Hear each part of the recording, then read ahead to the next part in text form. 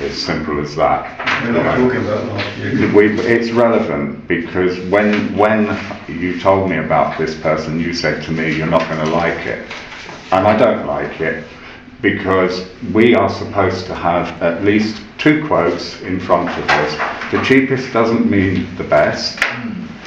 Last year's audit was not satisfactory. You can look at it. He said he came here, the chairman was absent, the finance committee chairman was absent, and all he did was look at the paperwork that was left on the table for him. That is not an internal audit. As a council, we should have the list of the LRAC auditors, if that's what we were going to use, because there is more than one. There are different scales for auditing, because we used to get audits where they would look at our minutes. We didn't even do that last year, because it's in the reports from previous years that we haven't minuted things properly, we haven't done our agendas properly. So at one time we did do auditing properly, but we are not doing it properly since last year. And I want to know why we're just appointing the man who did the bare minimum, which is in his report. It's not me discrediting him, which people say that I would be doing. I'm simply stating the facts which are available online, that he came in and just looked at what was presented. That's not an audit. Well, Councillor Brookes, was it signed off? He signed it, then it was a satisfactory audit, was it not? No, he said it was not satisfactory, but a member of the council said it was wonderful, so we had a problem. But he signed it off as completed. Yeah, but with the comment, not yet, but with all the comments saying it wasn't adequate. Is it yes or no? It was done. But we should be able, as a council, to decide what we want auditing. I've read it. This is why we get the different levels of LRAC auditors. Some will charge you £600. Some will charge you £1,000 because they will actually do a more in-depth picking. They're not going to sit there and go through everything. That's fine, Councillor Brookes, but at the moment we've already moved past that and we're now looking at naming the individual. So yeah, which I'm not happy with. The point I want to make is that actually we've already decided that we're going to go ahead. We've already approved the expenditure. This is simply notifying council, as I understand it, please correct me if I'm wrong, that this is notifying council that we are using the LRAC auditor and that he is named as steward. But we've never approved the amounts. I'm pretty certain we did approve it at the previous meeting. Okay, so correct me if I'm wrong. We have the proposal. I have to just make a statement here because I need to make a statement. I spoke to you on the phone, Councillor Brookes, and I said, agenda item 12, are you happy with it? Is it okay? Do you approve of it? And you said, and I know this, yes, it's fine. And you said that on the phone to me. That's what I don't remember saying that. You did. The last thing we discussed was at my front door when you said I wouldn't like the person on it. I'm going to stop that there. Anyway, we mustn't argue in public like that. Well, I'm afraid you do. When you say that to me and then you come in the meeting and give a completely different version. Okay, thank you. I may have confused the number because the numbers are wrong on the agendas lately as well. Well, this one wasn't. It is online. Unless it's anyway, been changed. If we're going to split hairs about it. So number 12 is still the internal auditor. I can confirm that I'm looking at it now. Yeah, thank you. So would you like to apologise for that piece of misinformation, Councillor? No, because I don't believe I agreed with it. I don't believe I did. And my last memory is when the clerk delivered this to me and said, you will not like who we're appointing. Okay. And I stick by that. In fact, I could get the CCTV audio from my home. I'm sure you could. Yeah. Right, anyway, so we've got the proposal. Would anyone like to propose that then? That we accept? Thank you very much. I just want things done properly. Thank you very much, Councillor Ainsley. Seconder. Oh, Councillor Harris was just off the mark. Okay, all those in favour? There we are. Against? Recorded or otherwise, Councillor Brookes. Record it, please, because we don't even know what level of audit he's doing. That has carried, thank you. This is an interim audit, remember? No, this is the end of year audit. You see, that's why I think the confusion Okay, is we're going on to we item did number- approve Councillor a Brooks. financial Councillor Brooks, amount that for an item- interim Councillor Brooks, audit. that item has gone through. Yes, sorry, Chairman, but Thank you, I I think appreciate there was confusion. Item number 13 then, the asset register for 2026. Clerk, do you want to say a few words Yep. on that? Obviously, I've put this out. The main thing about the asset register, obviously, is significant, especially at this time of the year, is the actual value of the assets we have before us. It was pointed out to me there were some lease dates that were wrong. I've corrected those, and in front of you there's an updated version of the asset register and the accounts. So I've had feedback from Councillor Ainsley and feedback from Councillor Wadsworth. Yes, two desktop PCs, you said. So those have been addressed, and now we'll look through it again. Thank you. I wouldn't say it's perfect if you've got any issues on, but we've now, the one thing that has been changed since last year I need to point out to you, which is obviously the statute. I find this a tricky one, but it's been confirmed to me now twice. The Queen's statue is now worth on our asset register £1. Now obviously to Zurich Insurance I cannot put in a pound claim because that would be ridiculous, and this is why you have to be careful with these situations. The reason is it's gift aided, and if we look at Arnold Baker, they make it very clear once it's gift aided we cannot then suddenly have a £250,000 statue on our books as that's what it's worth. We can't do that in the asset register. In my Cllr training I actually asked the is this correct? And she said, absolutely. Can you explain to me why we do this? No. So, Well, I would suggest that because we aren't going to sell it, it's not actually worth anything as an asset. However, if we were to declare this as a liability, which it actually is, then that would be a considerably higher okay. amount. Works much if they melted it down. Ooh. I think that might be a bit conspicuous. I can't park my car for all these visitors he's bringing to Oakham. Councillor Ainsley was first, and then we'll have Councillor Harris. Thank you. Thank you, Mr. Didier. I understand this was gifted to us by RCC, if my memory serves me Yes. correctly. So was there a value when it was gifted? No. Okay. We found a value from obviously the person who collected all the No, but it was gifted to Yes. us. They didn't, they gifted us a quid. It's a gift aid. Fine, thank you. Councillor Harris? As the new boy still, I find it helpful to know what we valued these at last year and what the depreciation percentage is or how long it will be. Because to me that's just a bunch of numbers. So my following query in that sort of vein was, are we applying a level of any depreciation to the assets that require it, and is there any appreciation or revaluations on? Each one of them is looked at. It's obviously, as you can imagine, to give you an example, second-hand PCs, how do you value them? It's all, how much is the tennis club worth?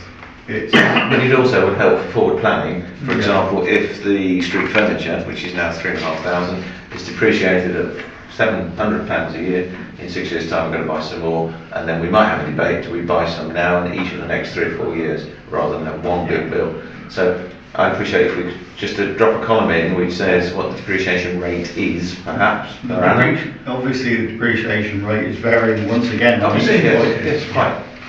For each individual item, yes, it will be. Because you must have that, Chris, otherwise you couldn't come up with these numbers. You come up with the numbers, and most commonly I'll tell you that the depreciation is updated on the inflation. So a piece of street furniture, for instance, I'll tell you, worth £1,000, goes down, say, 5-10% a year, but inflation is taking it up. So the street furniture costs more every year at the moment in this country, and anybody who's trying to buy anything will tell you that's the case. So it's you're doing two things, because Yeah, if but the this street is asset furniture, value. This is asset value, Yeah, not but- replacement cost.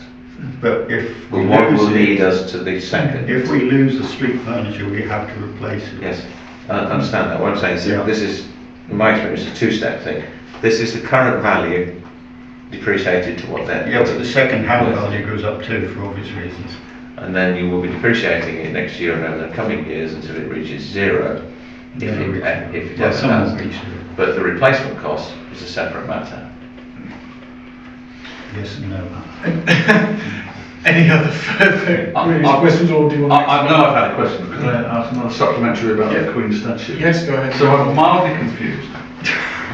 in that I'm happy to accept that for whatever reasons we value it at £1. But how does that work with if we insure it? Because if somebody were to go and graffiti it or, God forbid, damage it in any way, how does that work with our insurers, which is Zurich? Presumably we would insure it for an actual value, We- whereas it's yeah. sale Do we value. have a value for that? Yes, we have, I've put a value of it, you know, obviously being it was put together of 250k. £250,000? Yeah, £250,000, and that is the asset value that Zurich have on it. Okay, thank you. So, yeah, I understand, and that's why I was so confused when I realised that. No, thank you for that clarification. Right. Councillor Brookes? I don't know if this is a mistake, but it says asset register ties in with insurance policy from the 1st of April 2025. Is that just not being... In other words, the asset register ties in with what we've got with Zurich at the moment, because obviously they need to know the assets and what they're worth. So did they base their quote on this, as it says insurance? No, because obviously this will be for next year, not this year. We can't get the asset register in time for this. And I understand the thing about the Queen's statue, and it is insured, and it doesn't cost us any extra on the policy. I didn't Check say that. Sorry? I didn't say No, that. but it was part of the conditions. We Yeah. took it on, it wouldn't cost us Yeah. anything, so it is. But one of the issues I had when I was looking through things was that I couldn't work out whether the bandstand, because we never claimed for insurance in ourselves when we've had serious vandalism on there where cast irons had to be reconstructed. I can only work out that the bandstand through the insurance company is being considered as street furniture, and then the clauses say that this is like street lighting and that, and the only way we can claim for any damage if it's hit by a moving vehicle. So that's an issue to me, that if there's, I don't really understand that it's been done in a way that the insurance company understands what we've got. That's why I asked, have they seen this? And it's very confusing. I'm a bit like Councillor Enzi on it. I'm a bit confused at how we get to those situations. And you said they've not seen the asset register. Obviously, there is no significant changes in the asset register from this year to last year, as far as the assets are concerned. Obviously, the Queen Victoria Queen statue is a change, but that's because of the price we've taken. But the rest of the asset adds up to a similar total in terms of claims. Because obviously, they're given us a quote based on last year's asset register, not this year's. And also But next year's will be based on this. then I'll sit down after the regalia. I don't think that's been properly valued, because we have an expensive chain, we have an old, very expensive chain, and an even older chain which we don't know the value of, so it seems quite small amount. You are aware that the old chain that you think is worth a lot of money is just silver gilt, and therefore worth, I'm told, a few £100s. Yeah, but it's still something we should probably be looking after in the Yeah, other but- Yeah, but it won't reflect. No, but the gold ones, and the deputy chairman has a piece of gold as well, don't they? And there's a consort one as well. Yes, yeah. So there's a lot more that I think, with the price of gold going up through the roof, than that value. Essentially, that's the value that we've got. I'm guessing it's been appropriately valued. I think it's gone down. I remember it being higher on there. It's gone down recently. Councillor Harris. I may come to regret for ignorant of this. Why are we valuing land at £1? Okay, because the covenant restricts what can be done on it, so for obvious reasons. For instance, I'll give you an example. Roy's playing field is on a long-term lease. Yeah. We don't own it, we don't own, for instance, also, and what we can do with it means its value, as far as you might be concerned, in a more commercial sort of world, would be worth a lot more. We cannot do that because we have, under legislation, to keep it as a green space. Okay. Converting it from a green space would have to go through Parliament. Don't rub your hands together So- like that. Were you, sorry, Go on then. Were you referring to Barleythorpe Field or the Centenary Centenary Field? Field, Yeah, that's because we do own, it was gifted, Princess Avenue was gifted to the. But under covenant conditions again. Yeah. Okay, right. So if that's exhausted the lines of inquiry. I don't like this. So do we have a proposer to accept the asset register? Thank you, Councillor Wadsworth. A seconder? Thank you, Councillor Harris. All those in favour of acceptance of the asset register? Those against? I'm just abstaining. And one abstention. Thank you very much. Recording or otherwise? No, I'm not worried. It's only because I don't really have anything to compare. Sorry to close, so I was just simply going to say, because I was doing some quick research here, that actually councils value the land at because it has to be based on historic value and not the current market value. £1. So nominal value of £1 because accounting rules for local councils prohibit using market values and instead require a simple historic cost-based record. Thank you very much, Councillor Ainsley. And no doubt That Copeland. makes no sense to me. There you go. Lovely. I'm not with it anyhow. Okay, on then to item number 14, the full display contract. Okay. I'll just take this forward. As you know, there were two contractors. Well, one of the contractors visited us earlier, was it last week? They all fly into one thing. Visited us with the operations manager, went round all of the sites. I then asked for a re-quote to make it like for like, as Councillor Brookes would say.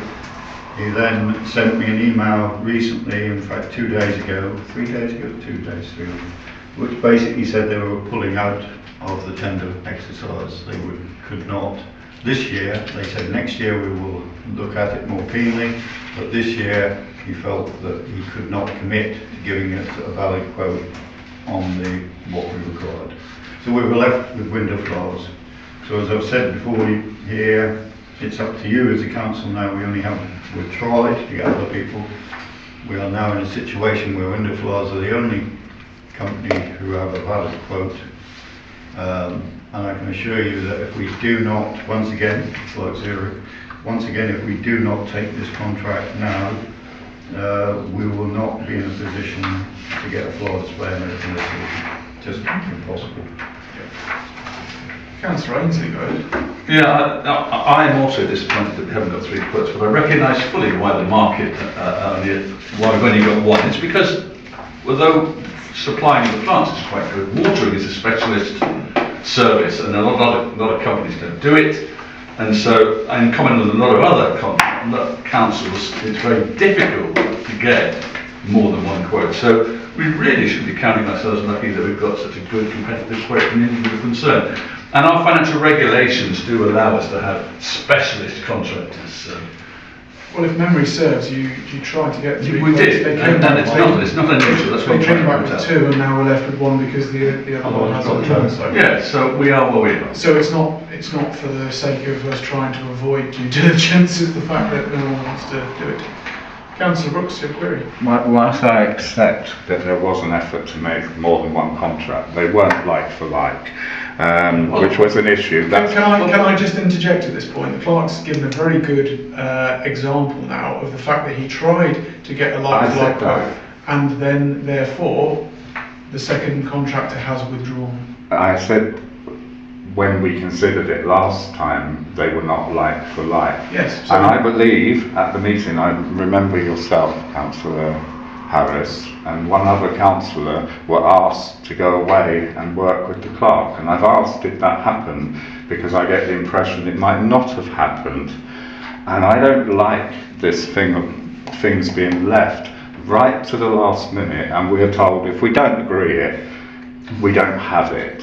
This is happening far too often. I dug out the minutes on this contract that's just expired, and before I was on the council, a former councillor worked on the same thing because it was left until the last minute, partially to do with another councillor's sickness, but it's very clearly minuted from December 24 that in 2025, this council, if they accept using the same contractor again, that they must go out and get value for money and contracts in 2025.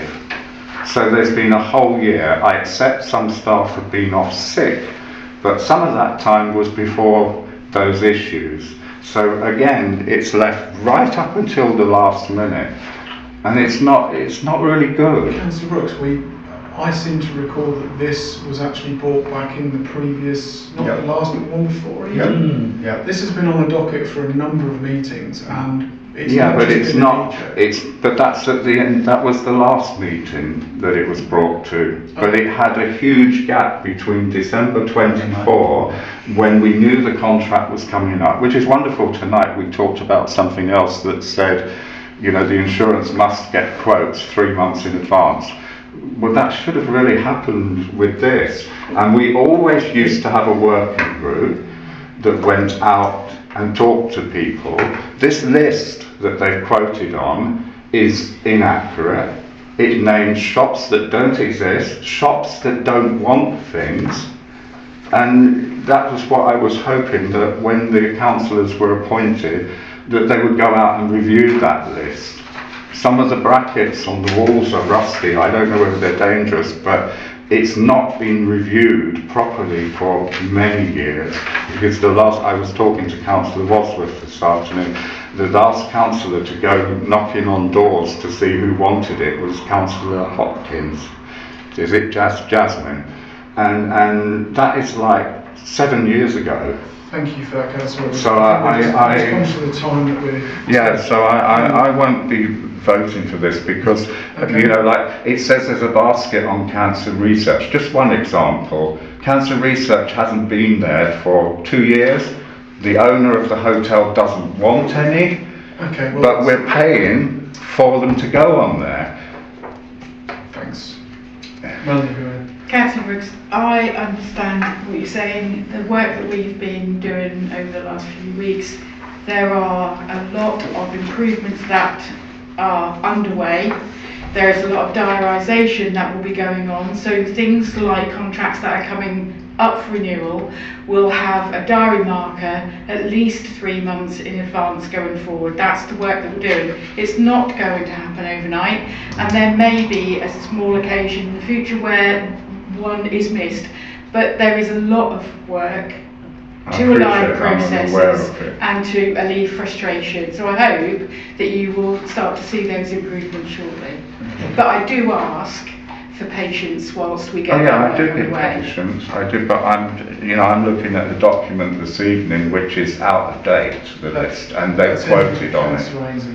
Yeah, thank you very much indeed. Yeah, I do feel that, in line with what the Melanie is saying, that actually there has been a huge historical deficit in the way things have been done in this council.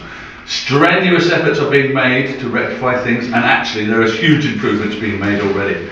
I think, and the second thing I want to say is that I would like to thank the director of Window Flowers for taking the time to look at the budget that we had allocated and then reducing his quotation to actually fit within that budget. So I think I'd like to actually express our gratitude for that.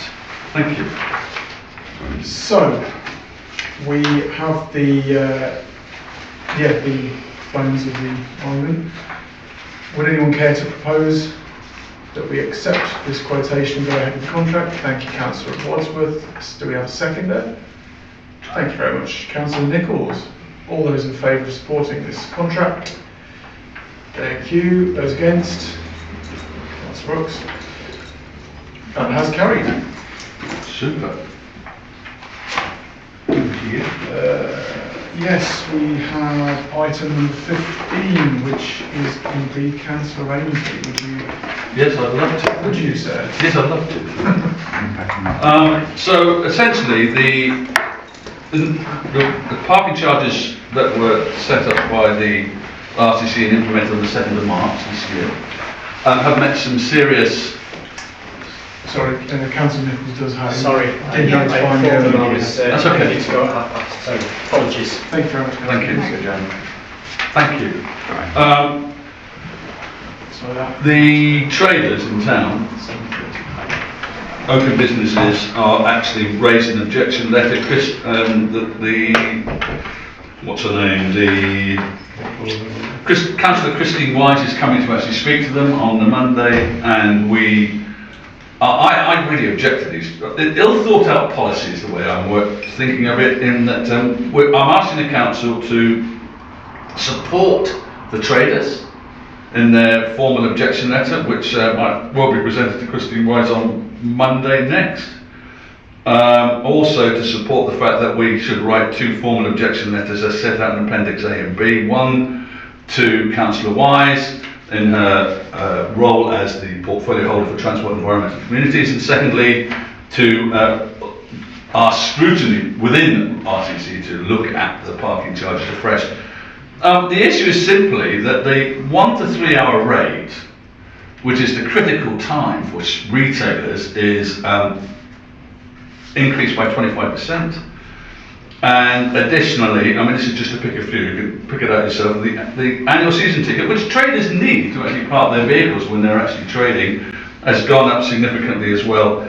And there are other, I've also suggested that we actually meet with RCC to discuss alternative approaches that better support the sustainability of Oakham Town Centre. It seems that we're just using these increased charges as a simple way of balancing the budget, when actually a lot more thought needs to go into actually the parking charges within Oakham. I did do a comparison for those that are interested with Stamford. Boo, do we ever really like Stamford and our competitors in both UK TOC and, no, I haven't included it, but I did do a comparison. And Stamford has a totally different model, which is called a flat short stay model. We use a stepped model, which actually means that for up to 3 hours it's significantly increased, where Stamford is lower. And additionally, as I've written here and highlighted, Oakham's jump from £1.50 to £3.70 may discourage the 90 to 150 minute dwell time that traders rely on, which has been observed in Stamford. So I recommend this paper to council. Yes, and I'm quite happy with the appendix that you've included, and yeah, let's hope. In terms of the wording, we should be supporting our traders, if you need that. And that's what the letters do. Councillor Brookes. I'm all for supporting our traders, but I don't see any point in sending this, because it's an annual thing. The council has a right to do it, they own the land, and they do it every year, and every year people moan. So we should just accept it and not do anything, is that what you're suggesting? But also the figures that are put before us, you've not taken into consideration that first half hour is free, and that the long stay car parks are actually cheaper. I think that the people who are asking have just given the indication of what they use, because this happened when we paid for the Saturday specials. They all come to work early, park for free, and the residents can't park. That's my opinion of it. They used to park in residential streets nearby until the council put double yellow lines. So parking's an issue, but it's, to me, Oakham's rates are not expensive. You know, if you compare it with places like Leicester and even Melton, you know, you go further out, go to London, you wouldn't get 20 minutes for that fee. You know, personally, I beg to differ. I'm not going to quote. Parking's expensive I'm not anywhere. going to quote numbers at you. No. It's the last time, for instance, I parked at High Cross, I believe it was shorter than a day in Church Street, for instance. So I'm going to respectfully disagree with your assessment. Depends where you park in myself. I park with a friend in the High Cross because it is cheaper than any of the others. But we could argue that, but we won't. But I just wonder whether they're going to take any notice. I mean, I'm going to support this to send it, but I just know that they'll just. Well, we'll see what happens on Monday, shall we? When she's in front of the businesses. So it seems. So can I propose that we accept it unless before? No, go ahead, Councillor Brookes. That's a good one. Do I have a seconder? Thank you very much. Oh, sorry. I'll propose and I you'll be apologise, seconding, yes. I do apologise. Sorry, I didn't realise you proposed it. What? With the paper. Anyway, so Councillor Ainsley has proposed, Councillor Brookes has seconded. Julie, all those in favour? Those against? And those abstaining? Councillor Harris, thank you. Would you like that recorded or? Yeah? Yeah, very well. That has carried. So, are you happy to? Yes. It will make the traders meeting very interesting that she's coming along. Send my, I'm not coming. You're not coming? Yes. Do you want those? Do you want to sign? They're in the pack in the soft copies, so. Melanie sent the agenda out and I clicked on it and I thought, oh my God, not another town council meeting, because it's got our header on it. Lovely. So, item number 16, we're going to have to consider in private. So, I will move at this point that we resolve to exclude press, public, and that we cease recording for this. As the information is classed as exempt under paragraphs 1, 2 and 3 of Schedule 12A, Section 108 of the Local Government Act. So I'll make, Councillor Brookes, do you want to raise that? I All right. support it. Okay, so proposed by myself, seconded by Councillor Brookes. Those in favour of exempt session? Oh, we've stopped recording already, never mind. I'm sorry. That's gone through.